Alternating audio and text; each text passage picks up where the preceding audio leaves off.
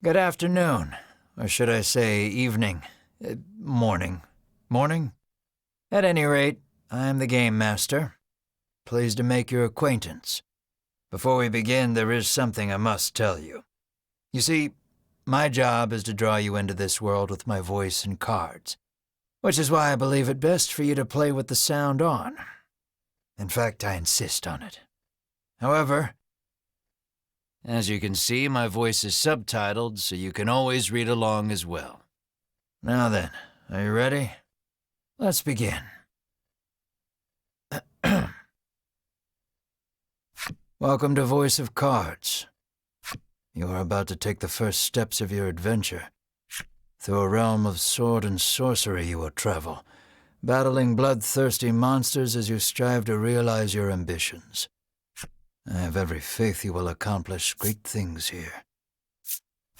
I am merely a witness to your exploits. Now then, your departure draws nigh. May your journey be a safe one.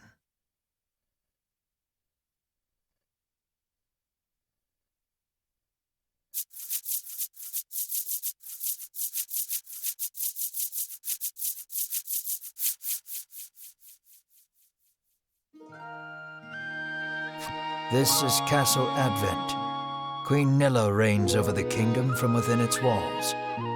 3 white-clad adventurers have gathered here at the Queen's summons. Present yourselves, O faithful of the Ivory Order.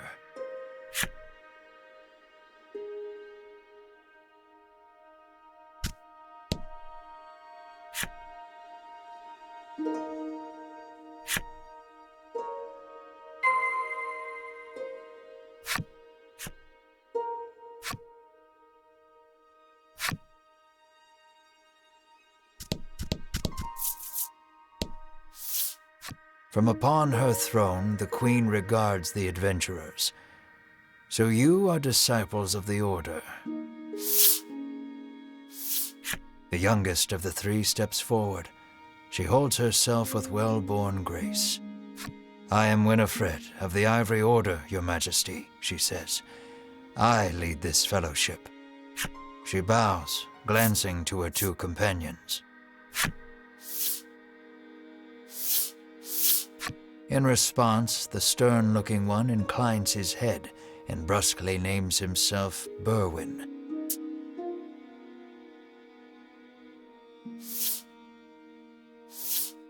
The older man is the picture of courtesy as he genuflects and introduces himself as Hedwyn. It is these 3 our story follows today. The Queen acknowledges the fellowship with a nod. In a soft voice, she explains her errand. Someone has stolen the royal treasure. I bid you reclaim it.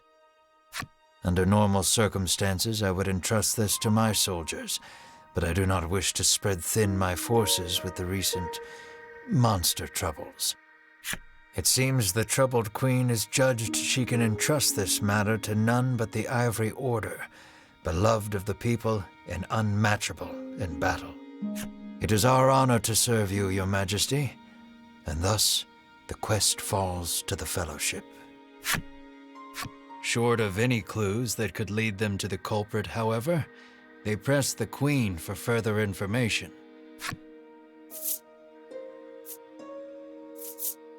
The Fellowship asks the Queen what the royal treasure is. The Queen describes a bottle containing a certain liquid. Without it, she trails off, but the desperation in her voice suggests its loss could spell disaster for the kingdom.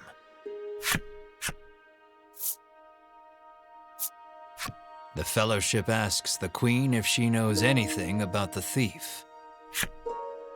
The Queen says witnesses might be found at Nexton. Usually, one would expect recompense for this sort of undertaking.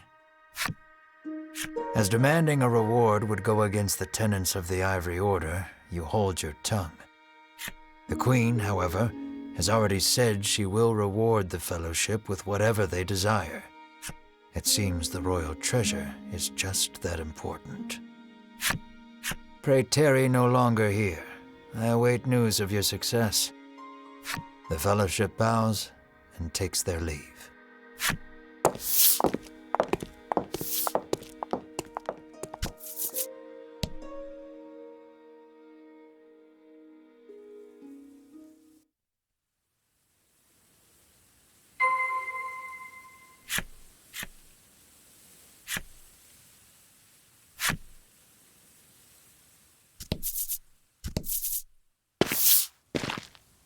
We can waste no time finding the treasure.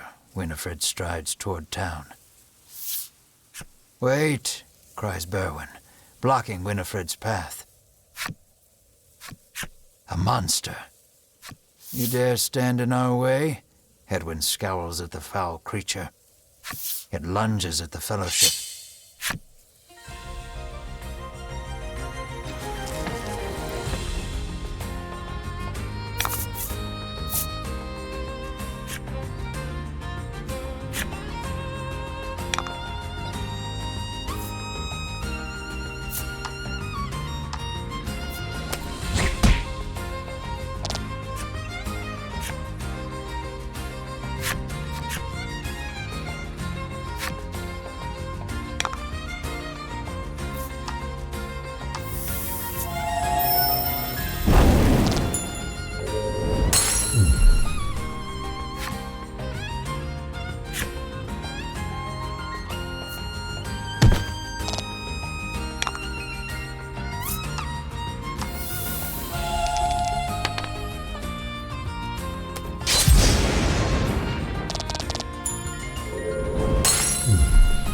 Congrats.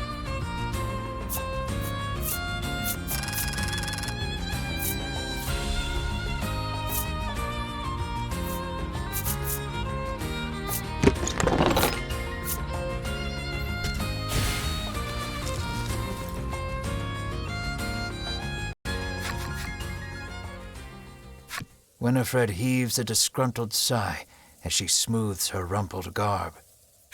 Showing no signs of weariness from battle, Berwin silently wipes the monster's ichor from his weapon. Hedwyn inspects the remains of their foe.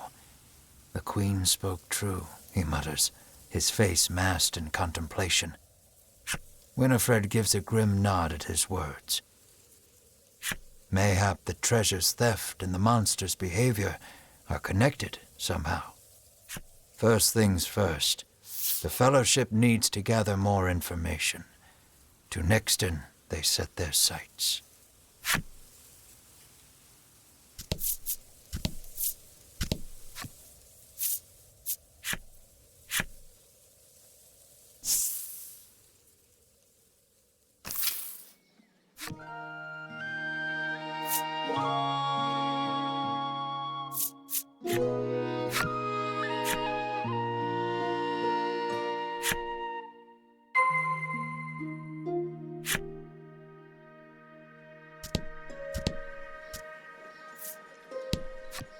Welcome to Nexton, hails a man.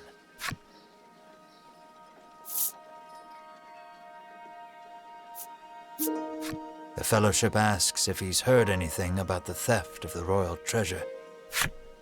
The man's eyes widen. He leans close to Winifred and whispers something in her ear. Welcome to Nexton.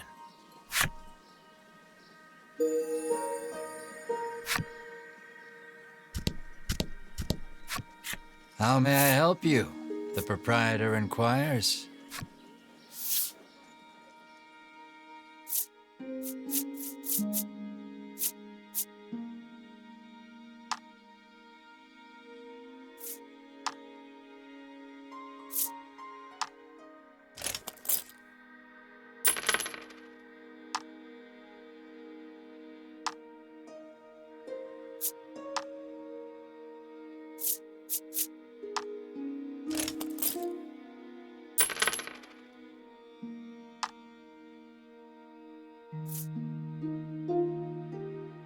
Will that be all?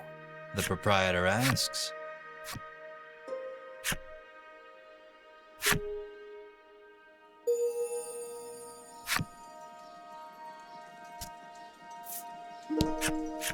too scared to leave town with all those monsters out there, the woman sighs.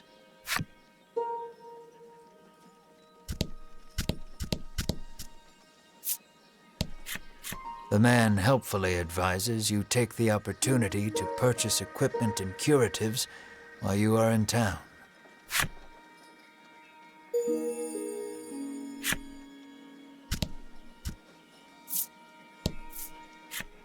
A woman sits hunched over by the side of the road.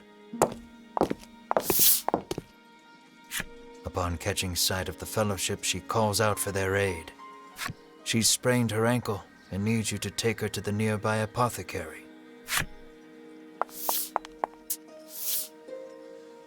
Winifred rushes to her and helps her up. Berwin lifts the woman onto his back, and the Fellowship sets out in search of an apothecary.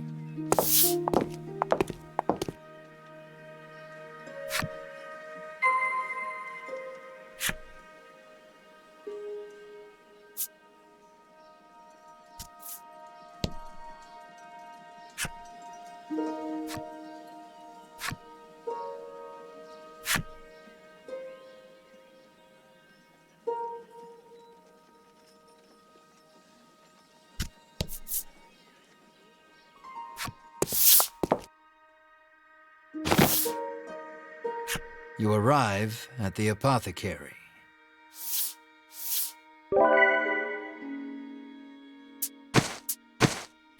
After taking a curative, the woman begins hopping up and down.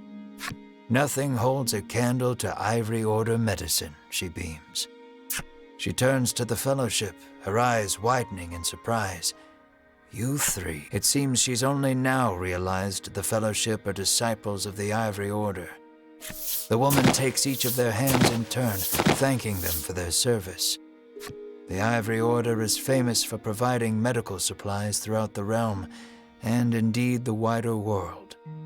Every smile the Order brings to someone's face makes Winifred proud to be a disciple.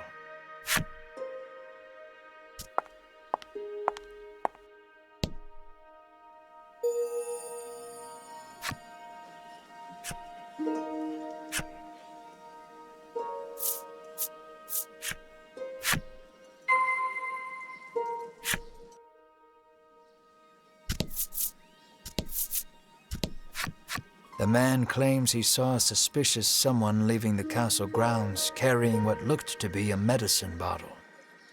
He didn't get a good look at their face, but says they were nothing but skin and bone. The Fellowship thanks the man for the useful information.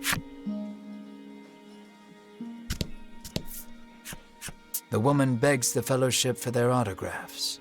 She seems to greatly admire the Order. I know there's nothing to worry about with disciples of the Order here, she says, relief flooding her features. Upon asking, the woman says she was attacked by a monster outside of town. A strange creature, she says, nothing but bones, and it clutched a bottle of medicine as if its life depended on it.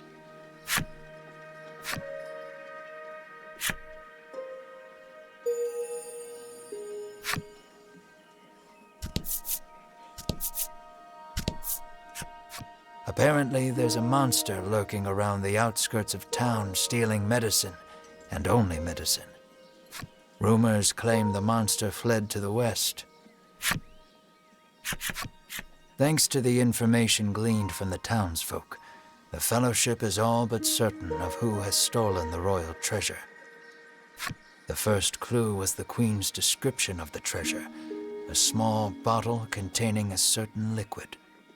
Then there's the bony figure seen fleeing town, the skeletal monster clutching the bottle of medicine, and the monster that fled west. From all that information, the Fellowship distills the thief's true identity.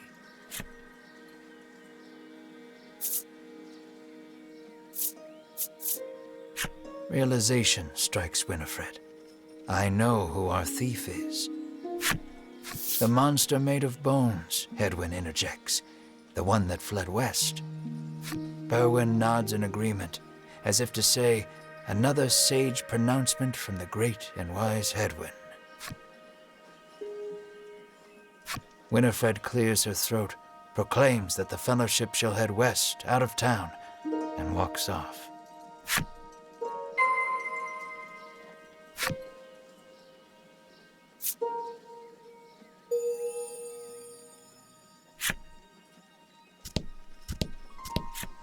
An innocent-looking young boy accosts the Fellowship. "Want to play a game with me?" he asks expectantly. In this parlor, you can play cards. The child rambles on, wheedling you. "I'll give you this if you play with me."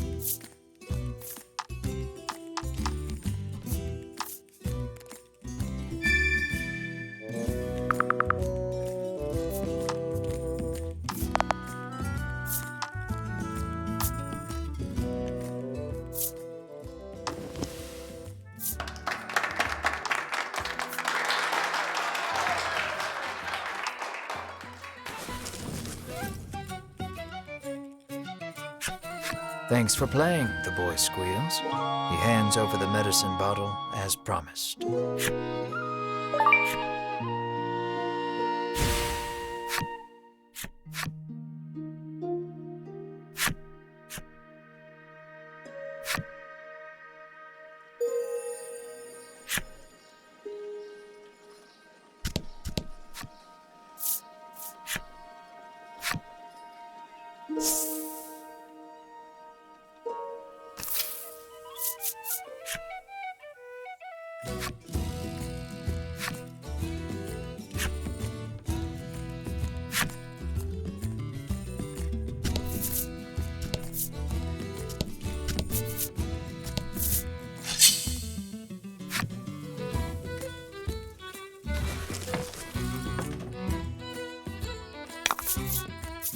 And fight.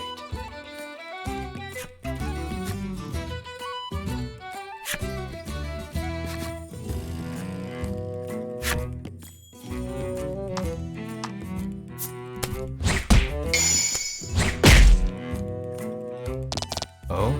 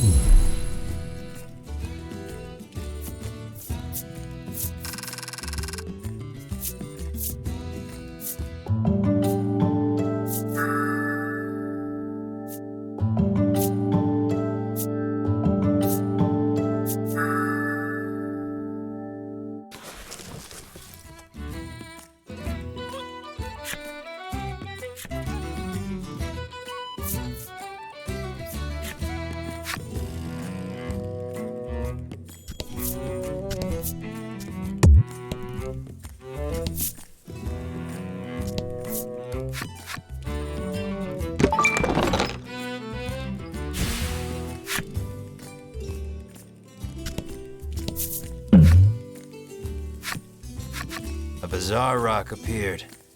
It seems primed to explode.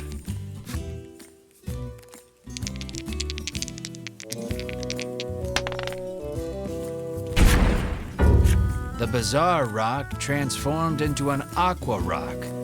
The only way out of this fight is through it.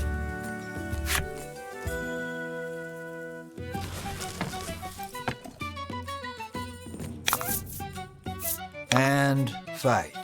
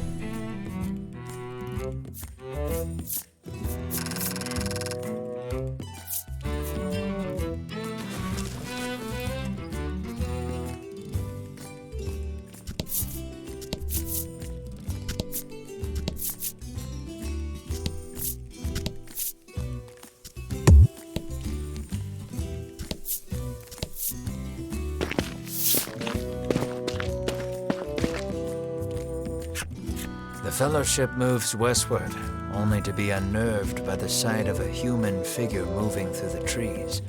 The presence of large packs suggests a traveler.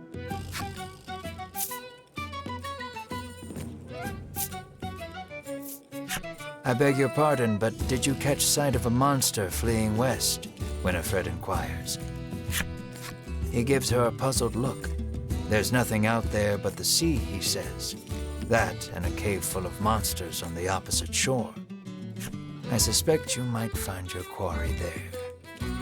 The Fellowship exchange glances and nod as if to say, then that is where we shall go. Alas, they will need a boat to cross the sea. The traveler hoists his packs, suggests the Fellowship speak to the fishermen on the western shore, and takes his leave.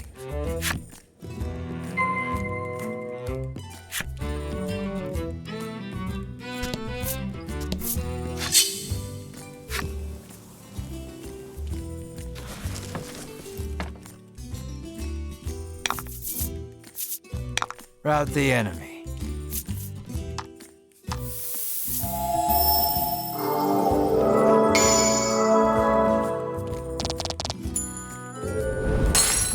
That was lucky.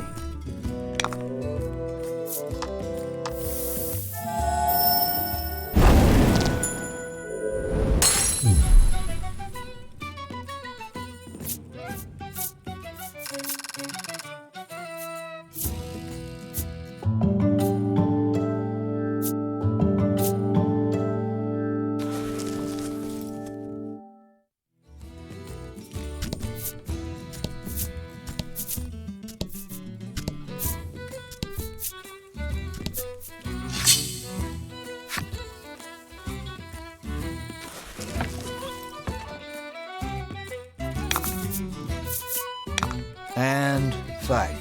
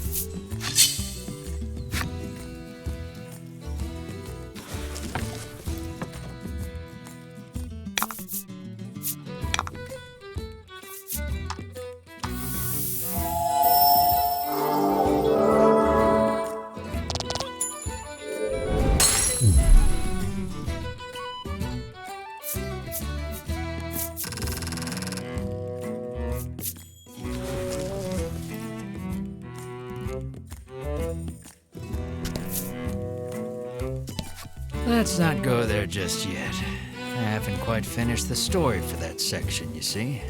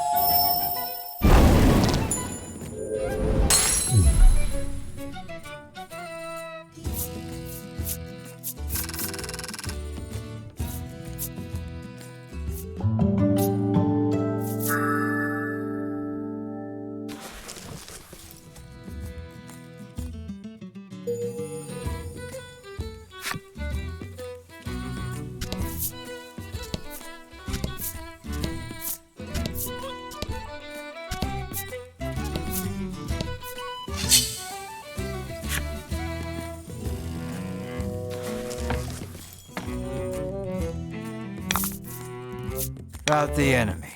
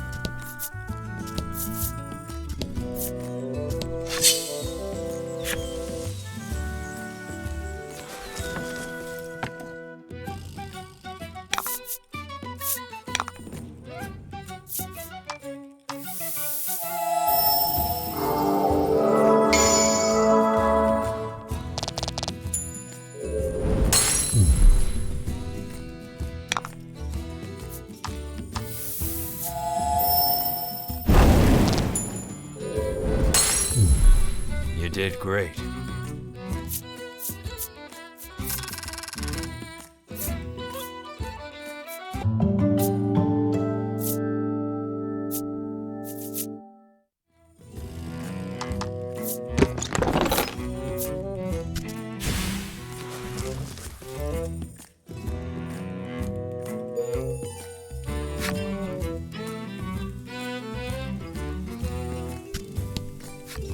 The Fellowship comes upon an anchored ship.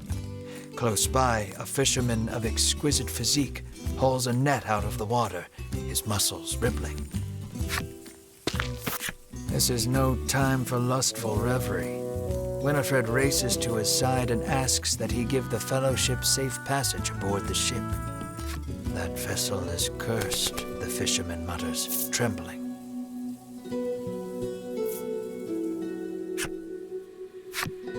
Night after night, it leaves port without a soul aboard, headed I know not where. Come morning, it is once again anchored here. This, to the fisherman's mind, is the result of a curse. His head drops into his hands. With but a single dispeller, I am certain I could lift it and sail away.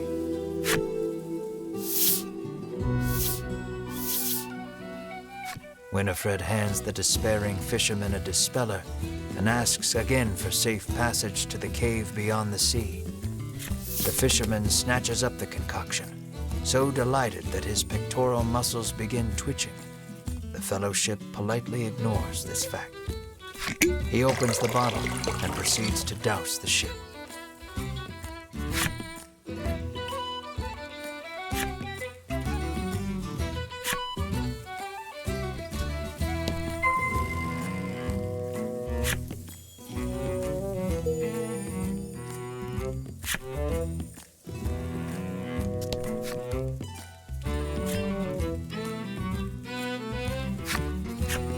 Are you ready to set sail for the cave? The fisherman asks. How will you respond? Let's shove off then. He beckons you aboard.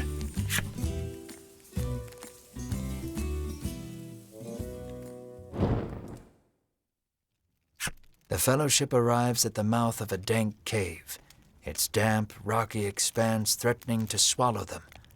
Monsters could come pouring out at any moment. The fisherman has anchored the ship in the cove.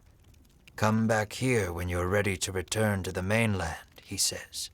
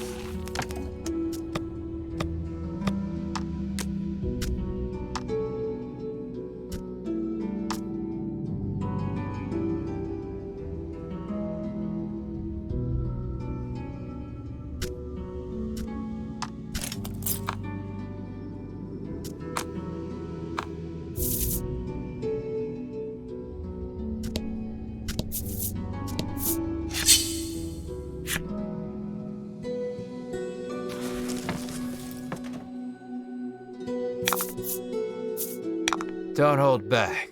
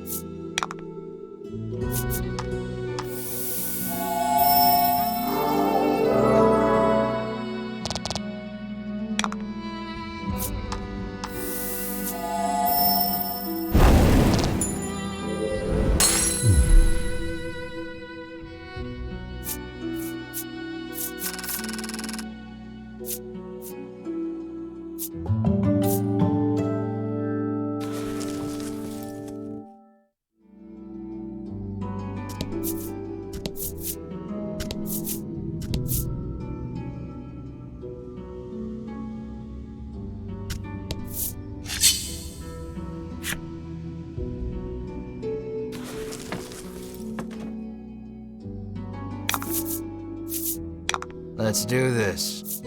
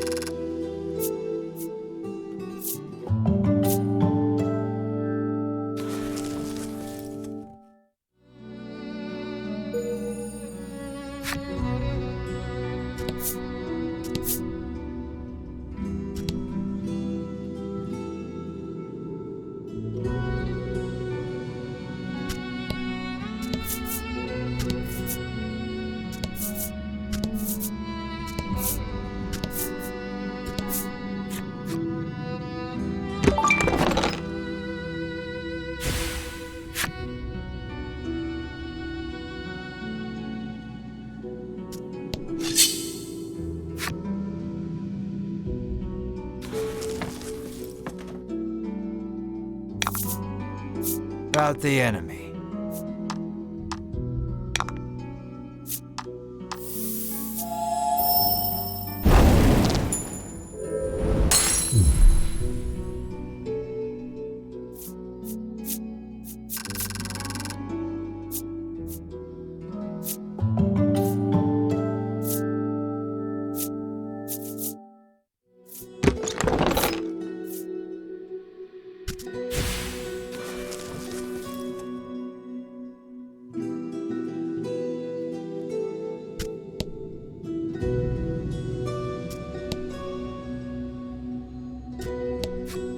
The door before you is shut quite tightly. It appears to have a keyhole.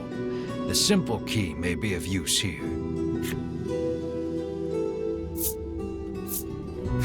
The Fellowship slides the simple key into the keyhole and turns it. The lock opens with a thunk.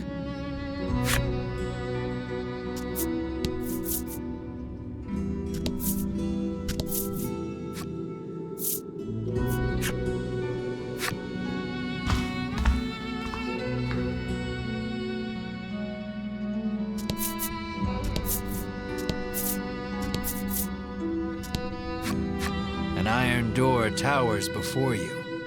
It has rather conspicuous handles.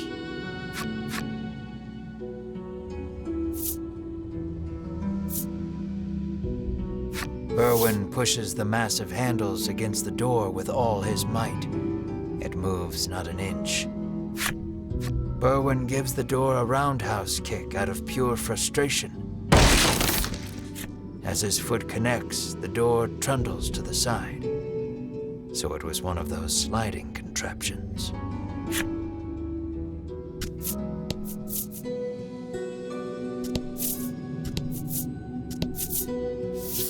Something leaps out at the Fellowship from the darkness. Winifred deftly parries the attack with her staff. Edwin looks fondly at Winifred, only to have his reverie interrupted by Berwin's cry of, "It's coming back."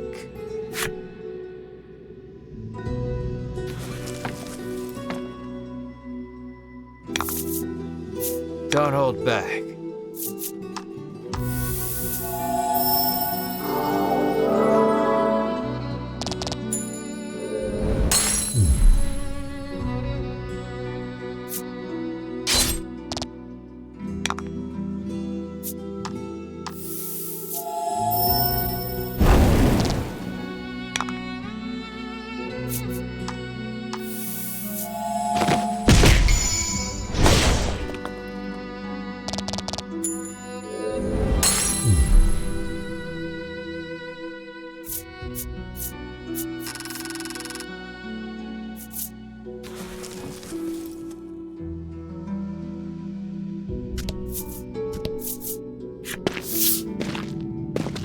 The Fellowship approaches the chest, only for a voice deep as an earthquake to echo through the cavern. "You shall not have it," a voice growls. The Fellowship warily eyes their surroundings as several somethings leap out of the shadows.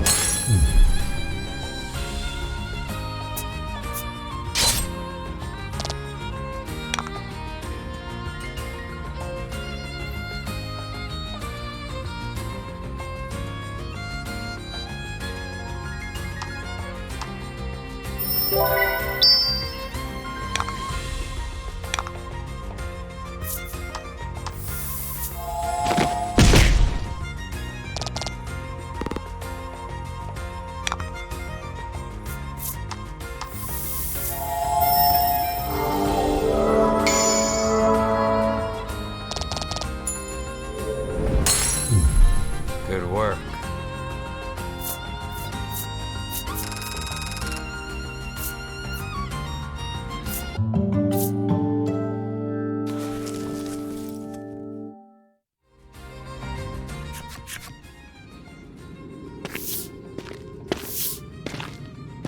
Winifred neatly steps through the fiend's remains and opens the chest. Inside is what appears for all the world to be an ordinary medicine bottle. At last, the royal treasure is in safe hands once more, Edwin sighs. Winifred and Berwin nod in agreement.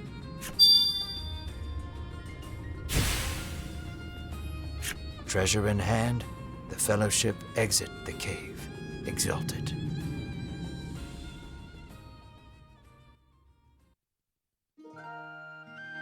In time, the Fellowship find themselves before the Queen once more. They offer her the retrieved treasure. As reward for the arduous task of returning our prized possession, I bid you name anything you desire, she proclaims. She is positively beaming and seems prepared to shower the Fellowship with riches, whether they demand them or not. But at that moment, a massive roar, the likes of which had never been heard before, shakes the entire castle. As the roar recedes, one of the royal guard, pale as a sheet, bursts into the royal hall. He struggles to gather his breath. Just now, over the castle, a dragon, he pants to Queen Nilla. A dragon. So the great evil has returned. Queen Nilla turns her gaze to the sky, dumbfounded. So the monster troubles are connected, Edwin says so under his breath, so the queen does not hear. A profound silence settles over the royal hall. The fellowship stand tall, unflinching, as though they know what must be done in the face of such a crisis.